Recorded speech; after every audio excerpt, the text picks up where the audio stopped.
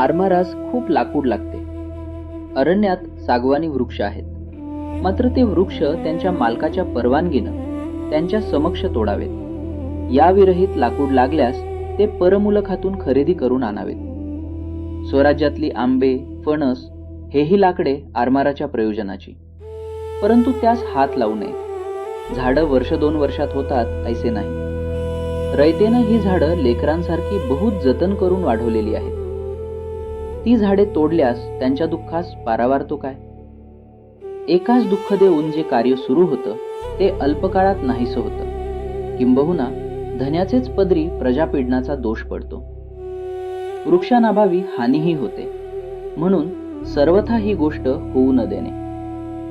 कदाचित एखादे झाड जे जीर्ण होऊन कामातून गेले असेल तरी त्याच्या मालकास राजी करून मोबदला देऊन त्याच्या समोर न्यावे.